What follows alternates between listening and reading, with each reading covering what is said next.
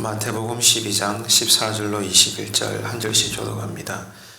바리새인들이 나가서 어떻게 하여 예수를 죽일까 의논하거늘 예수께서 아시고 거기를 떠나가시니 많은 사람이 따르는지라.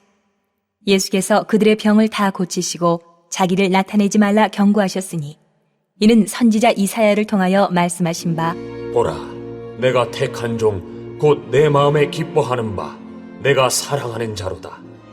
내가 내 영을 그에게 줄 터이니 그가 심판을 이방에 알게 하리라.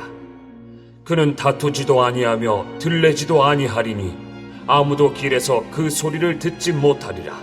상한 갈대를 꺾지 아니하며 꺼져가는 심지를 끄지 아니하기를 심판하여 이길 때까지 하리니 또한 이방들이 그의 이름을 발하리라 함을 이루려 하심이니라. 우리 그리스도인들은 이 땅에서 어떻게 살아야 되는 사람들일까요? 성경에 보면 오직 의인은 믿음으로 말미암아 산다고 했습니다. 오늘도 저와 여러분은 믿음으로 삽니다. 이런저런 다른 것들로 사는 것이 아니라 성경의 가르침대로 오직 믿음으로 사는 거죠. 이것을 다른 말로 이야기하면 신자는 날마다 사명으로 산다는 것입니다. 사명으로 살아요. 그래서 오늘 본문 말씀은 여기에 대해서 깨달음을 주고 있습니다. 안식일 논쟁으로 예수님께서는 위기에 봉착했습니다. 종교인들이 그 당시 바리새인들과 지도자들이 예수를 직접적으로 죽이려고 음모를 꾸미기 시작했기 때문입니다. 하지만 예수님은 어떤 분이십니까? 예수님은 하나님의 아들이십니다. 하나님의 본체이시죠. 그렇기 때문에 예수님의 입장에서 생각을 해보면 하나님의 뜻대로 행하시고 그리고 하나님께서 원하시는 바를 살아가심에 있어서 이렇게 죽임을 당할 음모를 처하게 되는 것을 예수님께서 왜 모르시겠습니까? 그렇게 되었을 때 예수님께서는 하늘의 전구 천사들을 동원해서 아니면 온 우주를 지으신 그 말씀의 권위로 한마디만 끄집어내시면 예수님의 대적자들을 즉사시킬 수가 있습니다. 그런 능력을 가지고 계시죠. 그런데 너무나 충격적입니다. 예수님의 반응이 어떠한가 오늘 본문에 드러나고 있기 때문이죠.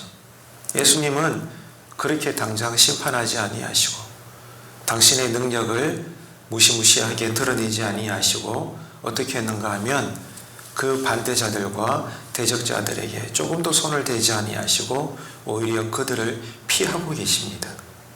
그런 와중에서도 예수님께서는 자신을 따르는 사람들을 가르치시고 고치시는 일에 여전히 집중하시는 모습을 볼 수가 있습니다.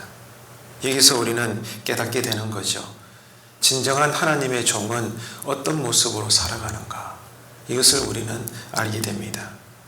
능력을 행사하시는 모습에서 내가 하나님의 아들이야. 내가 하나님께서 보내신 종이야. 이런 모습을 드러내는 것이 아니라 늘 낮아지는 모습, 겸손히 섬기시는 종의 모습으로 항상 연약한 자들과 함께 하셨고 저들을 돌보셨다. 이것이 오늘 본문의 가르침입니다. 예수님께서 얼마나 억울하시겠습니까? 죽일 음모를 당할 만큼 잘못한 일을 행한 것도 아니고 하나님 아버지의 뜻대로 행했음에도 불구하고 칭찬은커녕 인정받기는커녕 이렇게 죽임을 당할 음모를 당하실 때 얼마나 억울하겠습니까? 그럼에도 불구하고 예수님께서는 일관되게 집중하신 것은 연약한 자들과 함께 하셨고 저들의 필요를 채워주시고 저들의 모든 약한 것들을 고쳐주셨다는 것입니다. 예수님께서는 이런 약함을 통해서 강한 것들을 드러내셨던 거죠. 다시 말해서 무엇이 옳으냐, 무엇이 잘못되었느냐 이 문제로 바로 대응할 수도 있지만 그렇게 하지 않으셨는데 그 이유가 뭐냐? 그렇게 하다 보면 사명 감당하는 것에 차질이 생기기 때문에 그렇습니다. 예수님도 이 땅에서는 완전한 사람으로 계셨기 때문에 아무리 의롭다고 하지만 분노를 드러내고 옳고 그름을 따지고 이렇게 서로 밀고 당기고 이렇게 하다 보게 되면 어떻게 됩니까? 사명 감당에 균형이 깨어지게 되고 차질이 생길 수밖에 없는 것입니다. 왜요? 감정대로 행하기 때문이죠.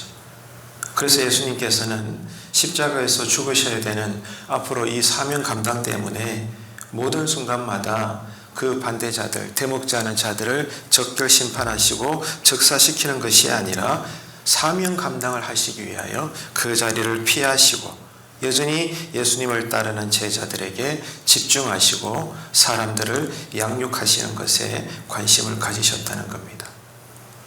우리도 마찬가지입니다. 특별히 교회 생활을 하다 보면 갈등이 없을 수가 없습니다. 분쟁이 없을 수가 없습니다. 싸움이 없을 수가 없습니다. 세상 끝날까지 가정에서도 특별히 교회 안에서도 많은 문제들이 생겨나게 됩니다.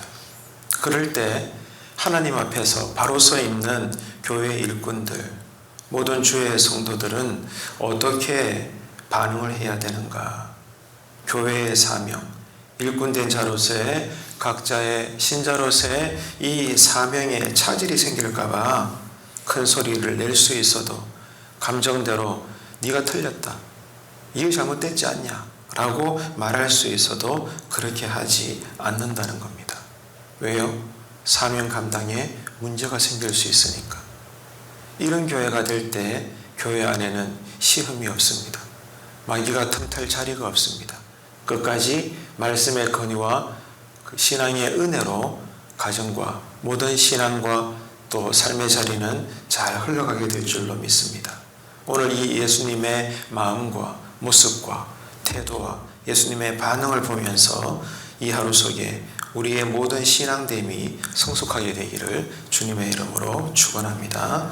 기도하시겠습니다. 하나님 아버지 은혜를 감사합니다. 오늘 주신 아침 말씀을 통해서 예수 정신으로 다시 회복되어서 성도로서 성도답게 교회로서 교회답게 살아내는 거룩한 오늘 한날이 되게 하여 주옵소서. 이를 위해서 언제나 우리 심령에 빚진 자의 은혜가 흐르게 하셔서 교회 안팎으로 사람을 사랑하고 섬김으로써 나를 구원하신 하나님을 사랑하는 것을 증명하는 교회의 삶이 되게 하여 주옵소서. 특별히 이를 위해서 어떤 상황에서도 우리의 감정을 거칠게 드러내지 말게 하시고 늘 온유함으로 서로를 긍휼히 여기는 마음으로 대하게 하여 주옵소서. 그리할 때 이 하루 속에서도 하나님께서 우리에게 주신 믿음대로 신자의 사명을 온전히 감당하게 될 줄로 믿습니다. 예수님은 저들을 적결 심판하실 수 있음에도 불구하고 저들을 피하시고 여전히 주님을 따르는 자들에게 집중하셨던, 그러므로 십자가 사명을 끝까지 감당하셨던 신앙의 원리를 오늘 우리가 분명히 기억하고 기도함으로 은혜를 받아 이 하루 속에서도 감정의 노예로 살지 말고 옳고 그름에 지나치게 매이지 말고 모든 일에 있어서 이단의 문제가 아니라면, 음행의 문제가 아니라면 나와 다른 방법에 대해서도 품고 인정하고 다르지만 함께 손을 잡고 걸어갈 수 있는 신앙의 하모니가 드러나는 이 하루가 되게 하여 주옵소서.